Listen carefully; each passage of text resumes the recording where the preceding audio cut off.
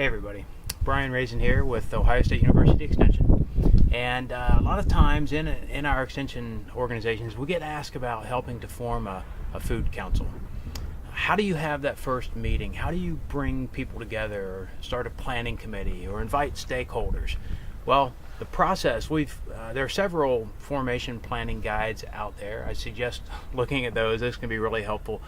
We sort of have one that we follow in Ohio where we strategically ask, as a facilitator, Ohio State will come in and work with groups to get them to think outside of their box, where we strategically target people in different geographic areas. We want to ensure diversity. We want to ensure that the practitioners, the government officials, the different folks who may be involved or may become stakeholders are there. That could also include local foundation folks, for funding, educational institutions, citizens, most definitely, people who are interested in being food entrepreneurs, backyard egg producers, different things like that. So you want to expand and make sure that when you're working with a group and forming a new council, that they come together.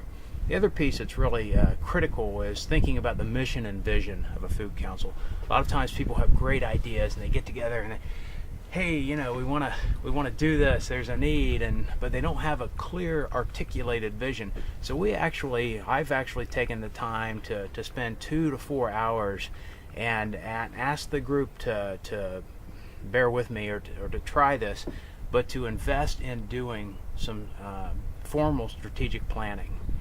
And so we've got an outline for that as well, and you can use a generic one. It's pretty straightforward stuff. But you bring them together and you start asking those key questions and helping the different folks align and make sure that the vision is going in the same way, and then you formally create a vision and a mission statement. That can be really, really helpful. When you then move on to actually forming a board structure and what does the leadership look like in a food council, in that situation we've had pretty standard president, vice president, secretary, treasurer structure, because there are times when you will need to vote, and particularly if you move into a financial situation where you want to form a new 501c3 versus partnering with an existing organization. So you've got to think through those things, and again, your strategic planning will help you do that. Let's see, I'm just looking at my notes here. So we've used a working group structure, and the working group structure has really been helpful in parsing out activities, so it's not the entire board, and in leveraging other volunteers. So let me shift screens here, and I'll give you some ideas of the working groups that we have. One of our local food councils in a local county here in Ohio has like 7 or 8 different working groups.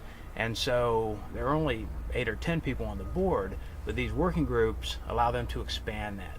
So they've got a food summit team, which works on bringing together people for an annual food summit, where you can have conversations and speakers about food and educational breakout sessions and things like that. It's also great for networking and business-to-business links and entrepreneurial things. They have a locavore dinner team that has now, for 2 years in a row, hosted successful locavore dinners, charging $50 to $80 a ticket, and going from 120 or so to about 240 people this last year. Really neat group, and they're working quite independently, but then they come back and report to the board. So that's sort of the structure. They've got a food policy team, a shared use commercial kitchen exploratory team. They're working to see, can we do this? Is there enough interest? Can we find a location to start a new shared use kitchen? There's also an education and outreach team, a marketing group, local food directory to promote that, and they formed a new virtual farm market team who actually wrote a grant. Extension helped quite a bit with that, and served as the fiscal agent, FMPP, USDA Farm Market Promotion Program. And have launched an online virtual farmers market where folks can order from local farmers and pick it up once a week. The local farmers love it because they don't have to go sit at the farm market all day. Yet they know exactly what they've sold in advance. So that's a little bit about some structural ideas that you might employ or deploy as you begin working with groups who want to form a new food council.